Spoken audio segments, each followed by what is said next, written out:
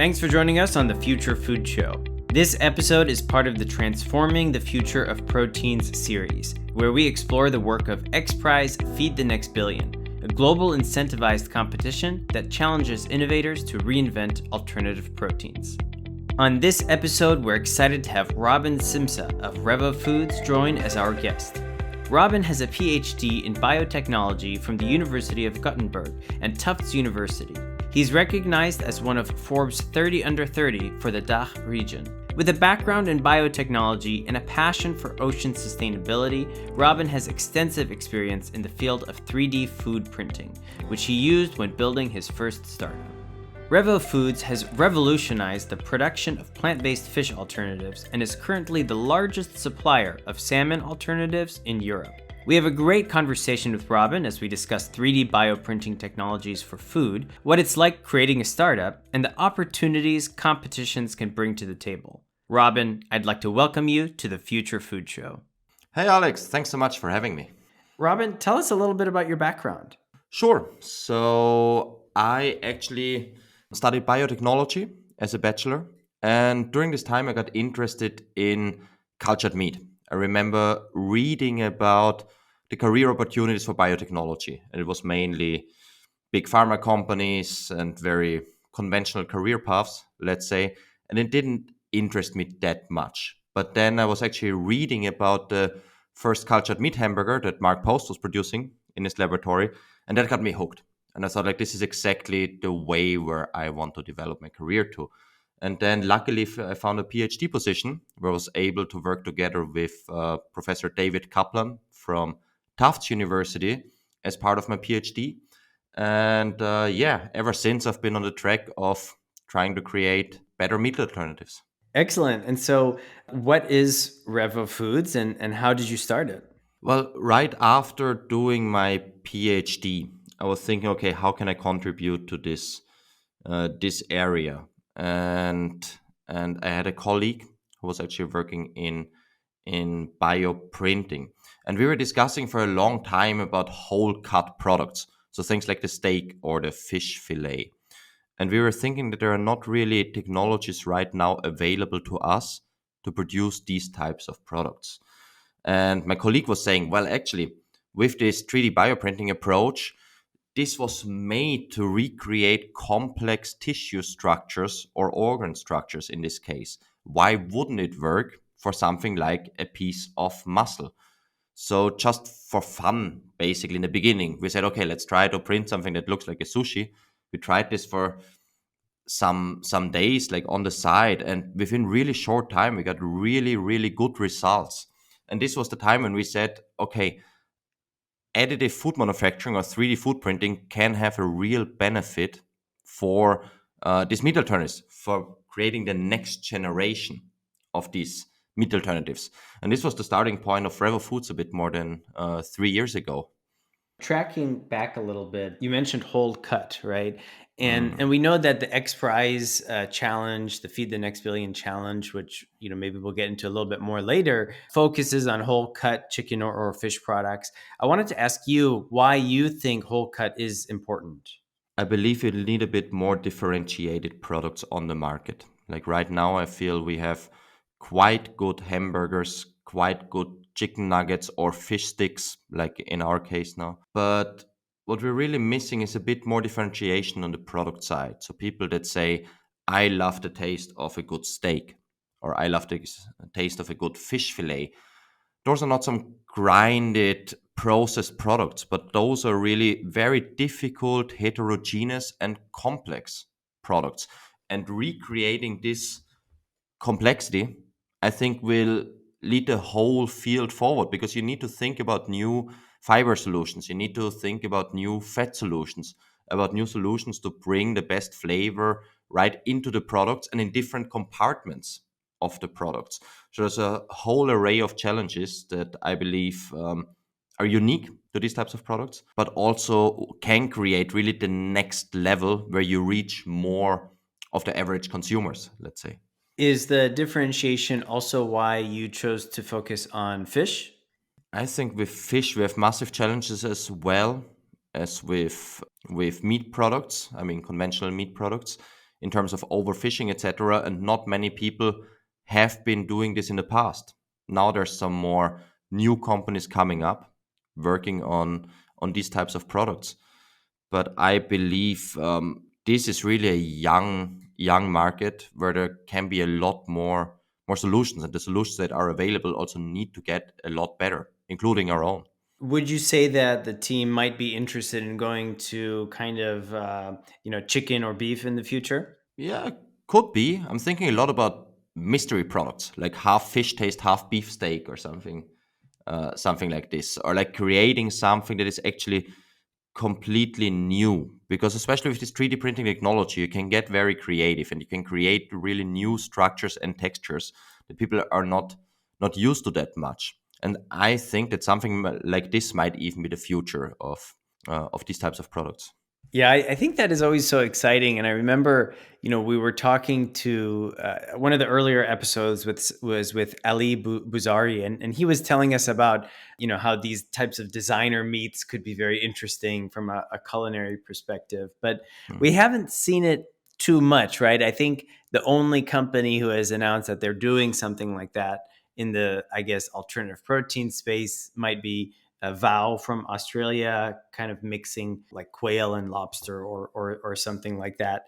I Hmm. know that this is not officially what your company is working on, but maybe what would be kind of an interesting direction that you would like to take, like right off the top of your head? What would you like to see mixed together? I was thinking it today, like maybe it's a stupid thing, but only playing with the form and making some kind of hipster mini salmon fillets that are shaped in a triangle or these other typical funny shapes that people like these tiny foods, for example, or creating something which looks like a salmon fillet but actually tastes like a tuna, which is a little bit confusing. But I like concepts like this, like changing the way people actually think about what food can do for them and how, like, what new things we could create with technology like this. But it's really a challenge creatively, I believe, to come up with something new because it's easier to say, okay, salmon fillet exists in the world, we make a salmon fillet. It's harder to say, think of something that didn't exist before, how could it look like? This requires a lot of like imaginative power, I guess. Yeah, and I guess only so much market research, or market research can only get you so far, right? For that type of thing. Very true. Yeah. Yeah. Well, but that's really exciting, and I do feel like that is the future of things. I wanted to ask you, and I want to get into the technology a little bit as well, but tell us a little bit about where you're located, where the team is located, how big is the team, and what is your latest, I guess, public funding round? Sure. So we're located in Austria, in Vienna, the capital, which is a country that has no sea access. And we're developing the fish of the future, as we like to say, which is a bit ironic in its own, I think. We could grow our team quite well, I believe. We're now about 40 team members here at our headquarters. Yeah, we have now 4 products that we launched in the market. We're in more than 1,000 locations across Europe, including the German Rewe Group, which is one of the biggest supermarket chains in Europe, and we're present in 20 countries already with our first product. So I think we had quite a good success in a pretty short period of time.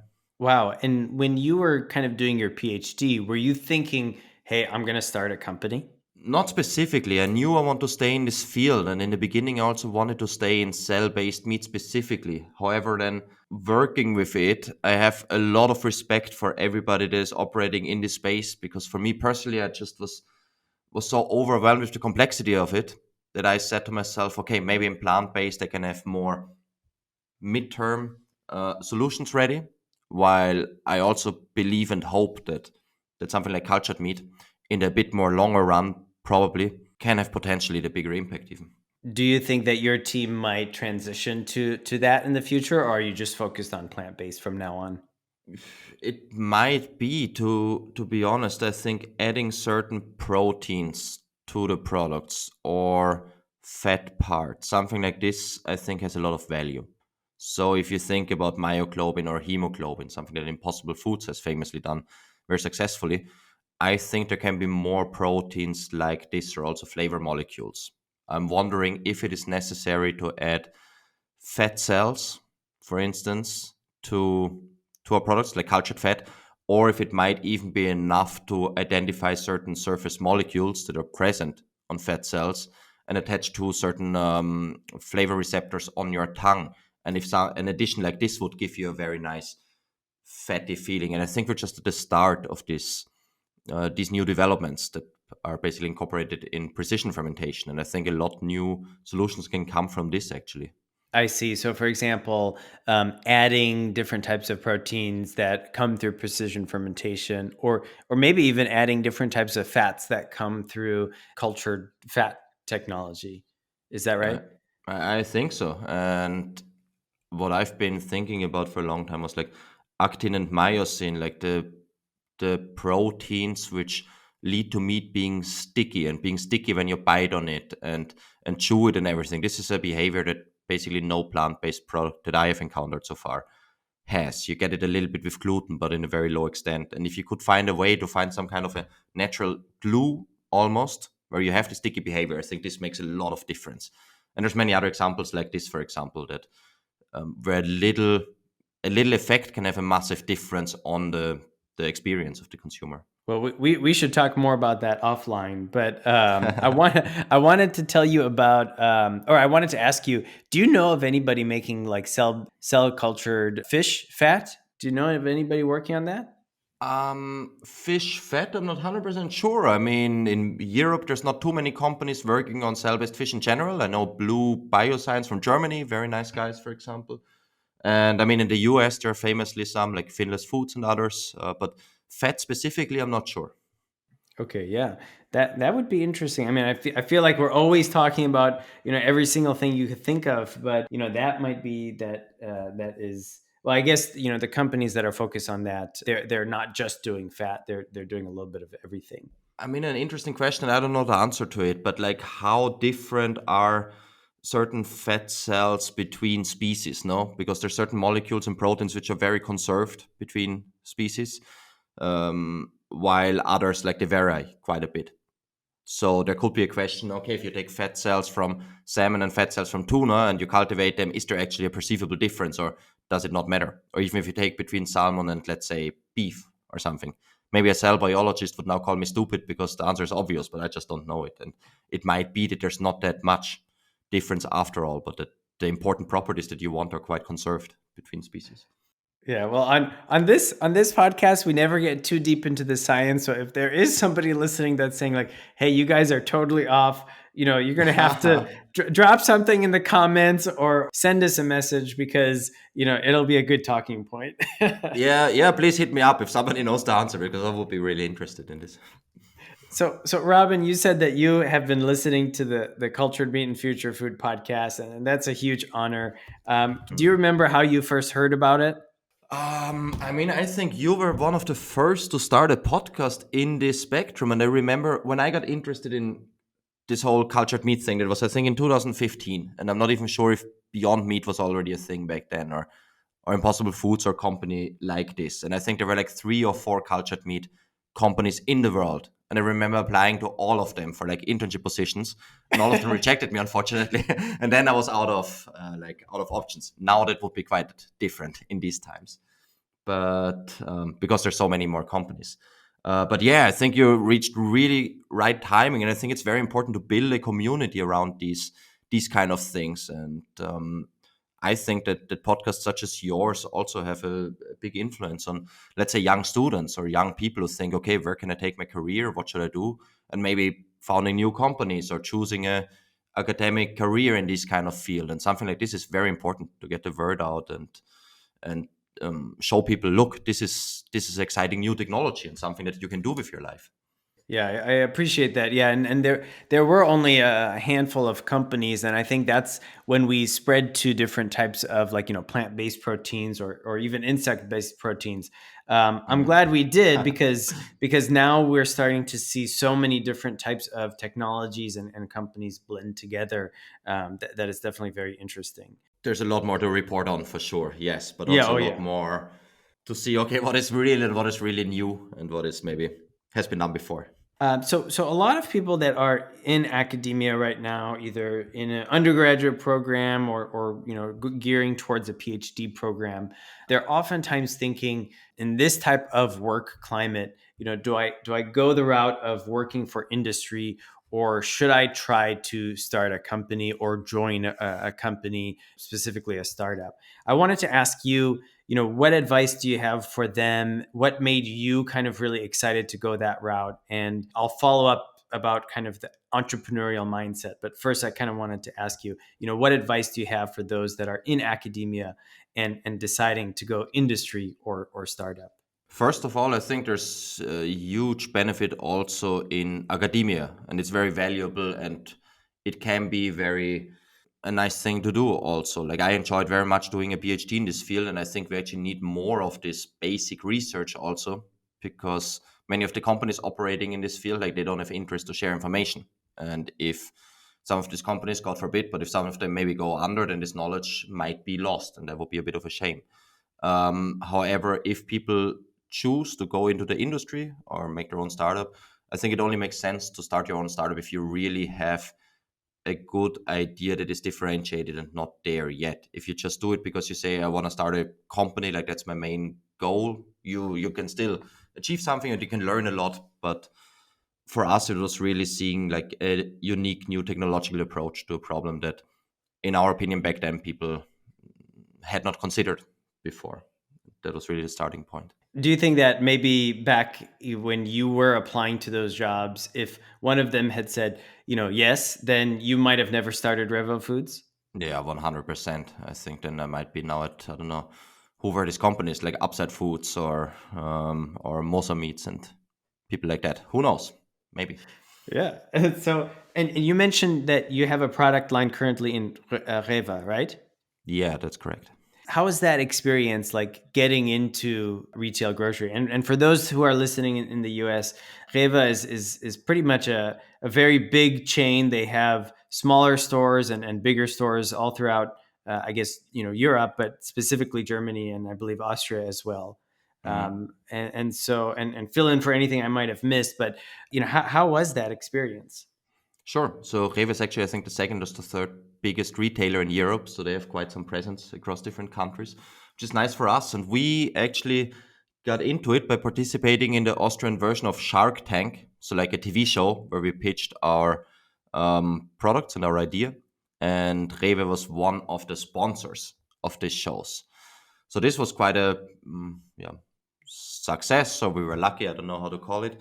And then next year, actually, we were in the German kind of version of Shark Tank, and then also got into the German Rewe stores. So I think participating in TV shows has been very successful for us because people say, okay, you do what? You do 3D printing of vegan fish.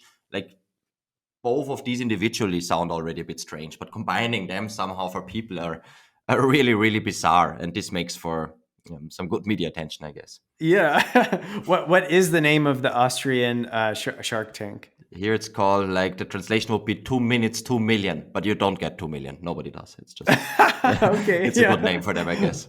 And the German one has something to do with lions, right? What is that Yeah, one called? yeah, or there it was like the translation would be the tastiest idea of Germany. So it's more like you're in like competition with other startups for who has the tastiest breakfast idea or lunch idea or something like this. I see. Okay, cool. And so the products that are in those stores right now, they are completely made with 3D printing technology.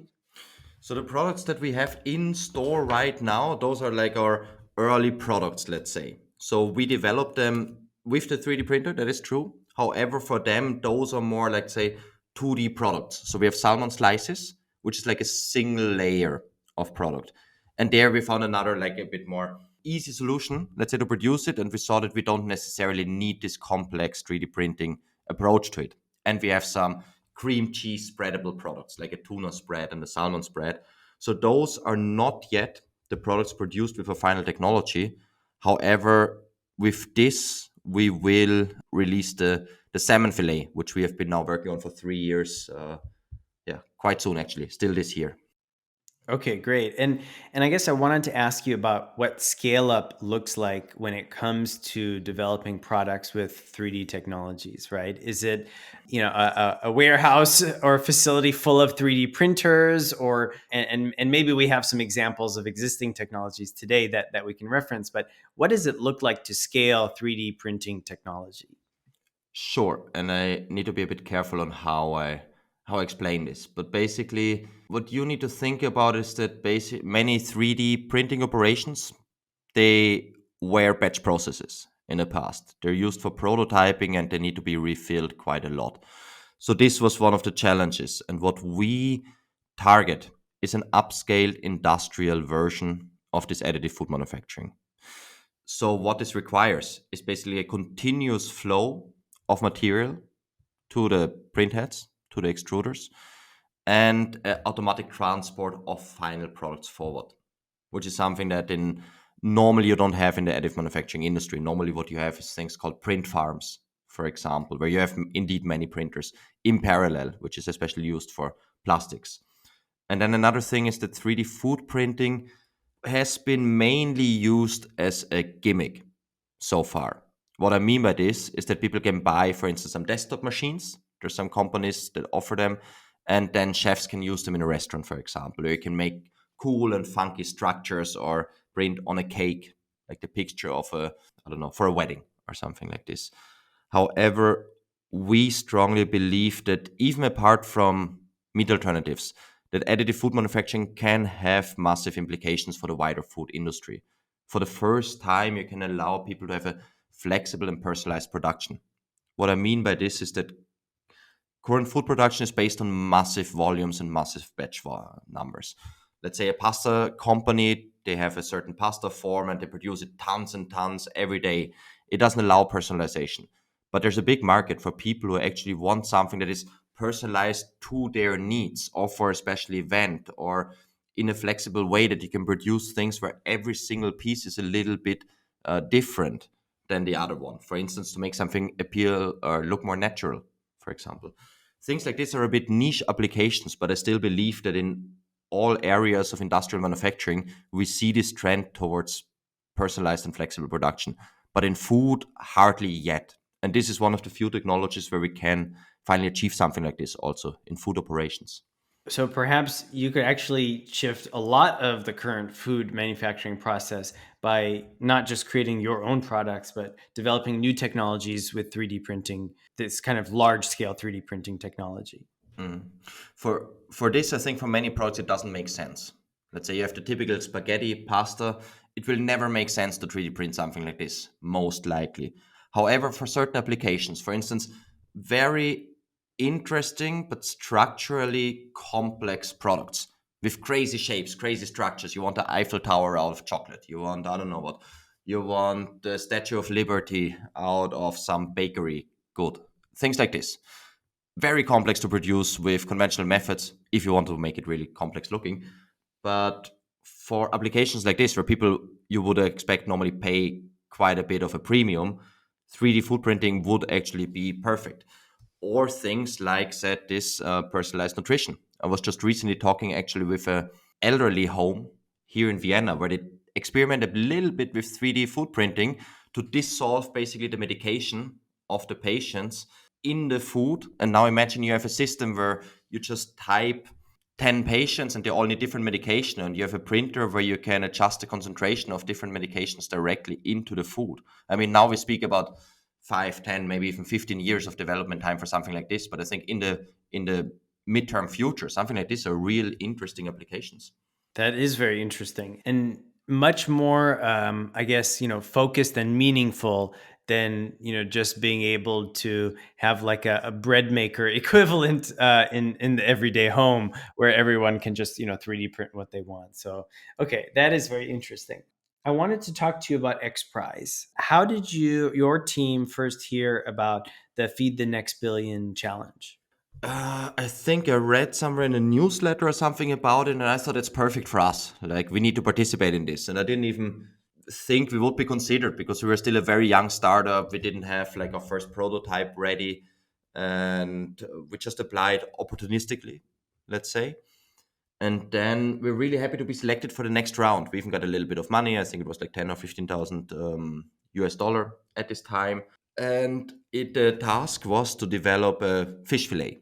In our case, we chose a salmon fillet. And we said, okay, now we have a year and we need to come up with a prototype. And at this time, we were actually focused on some other types of product applications, more or less. And then XPRIZE really accelerated our work towards this first salmon fillet prototype. And in hindsight, it was super useful for us because I think we wouldn't have been that fast in developing it if it wasn't for this specific purpose and for this specific deadline. You already mentioned that it accelerated your timeline. I wanted to ask you, when you first applied to XPRIZE, that was before the Shark Tank style TV shows? Yeah, right. It That's was. correct. Okay. Yeah. And so, in the past, we've seen that teams that are part of XPRIZE challenges, even if they're not the ultimate winners of the challenge, they still have huge opportunities that come to them. You've already mentioned that XPRIZE itself has accelerated your timelines and done a lot of great things for you. But as a semifinalist and beyond, what do you think the XPRIZE challenge could do for you, whether you are a winner at the end of the day or not? I mean, first of all, obviously the price is very attractive. Like they were very successful in fundraising for this prize, I think, and it's I think the total prize money is 15 million US dollar that winners can gain, which is of course a big incentive for companies like us to dedicate even more resources towards R&D than we might have done otherwise. And apart from this, of course, like it's a very prestigious event and people know about XPRIZE. I knew about XPRIZE way before we joined this competition, and it's in the news. It is in the it shows really companies leading in this respective field, I think. So all of this combined is yeah, it's like gold for us. I cannot even say how much we can benefit from something like this and already have possibly. I love that. Yeah. And that, I guess, is also very inspiring to hear. As we wrap up, I wanted to ask you earlier, I had asked you about academia versus going into industry, and you had some great answers. One thing that I wanted to chat about is the entrepreneurial mindset. Mhm. Do you feel like you always had the entrepreneurial mindset, or did you have to kind of learn it and grow with it? I feel I had it more than the academic mindset because as an academic, you go into depth everywhere. You take your time. You look more for process than getting quick to a final result. Maybe while at least for me personally, I think it's important to analyze very quickly what is important to get us to the next step. What we need now the most? Even can we take shortcuts here and there in terms of like that we develop something a bit quicker and yeah, things like this. And I think this is something important because at the end, what you don't have in startups is time. Like you don't have endless time to develop something, to bring something on the market because this is a big company's game. And as a startup, like the big advantage that you have is speed, I believe. And then this must be used as as good as possible. And how did you find your co-founder? Well, actually, we were working together on some, well, in the 3D printing area, like also 3D bioprinting, and working on projects together already before. And then we, yeah, said, hey, I would really like to do something in this area.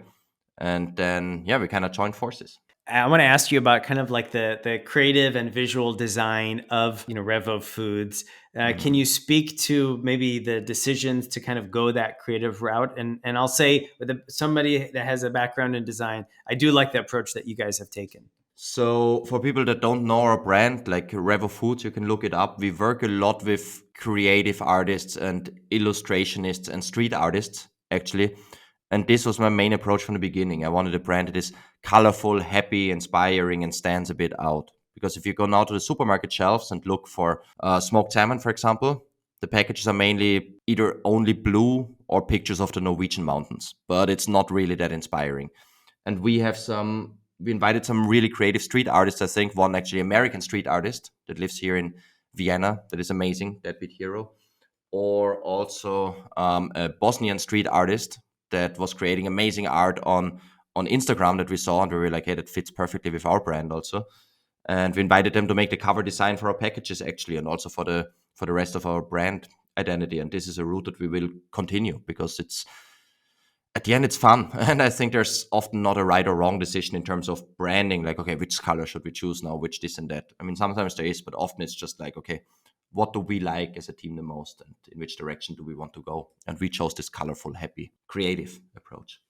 That's cool. And I also like how there's merch that you can buy on the site. So Yeah, we sell get a t-shirts. hoodie, a t-shirt. Yeah. So far, we sold 3 t-shirts, I think, since we started the shop 2 years ago. So it's not the most successful endeavor for us, but well, yeah. if you're listening and you're in Europe, or if you ship to the US, please buy 1 t-shirt. I know I will. So, with our listeners and me, you'll get at least 1 or 2 t-shirts Very more nice. sold. Yeah. Then my mother is not the only customer anymore. Yeah. But it's also okay. It was just a trial. Right.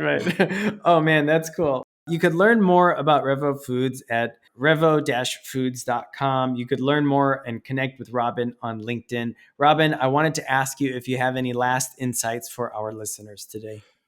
Sure. Can I also promote something? Absolutely. Yeah, go ahead. Nice. I mean, like everyone, we're fundraising, always fundraising. So if somebody is interested in this new process technology that we developed and where we now have 2 patents on, please reach out to me on LinkedIn or via email. And also, we're constantly hiring people. I mean, especially with background in plant-based meats, ideally, or 3D food printing or process technology. This is something we're always on the lookout. So there also, feel free to contact me, please. Awesome. Well, Robin, thank you so much for being a guest on the Future Food Show. Thank you so much. It was great. This is your host, Alex, and we look forward to seeing you on the next episode.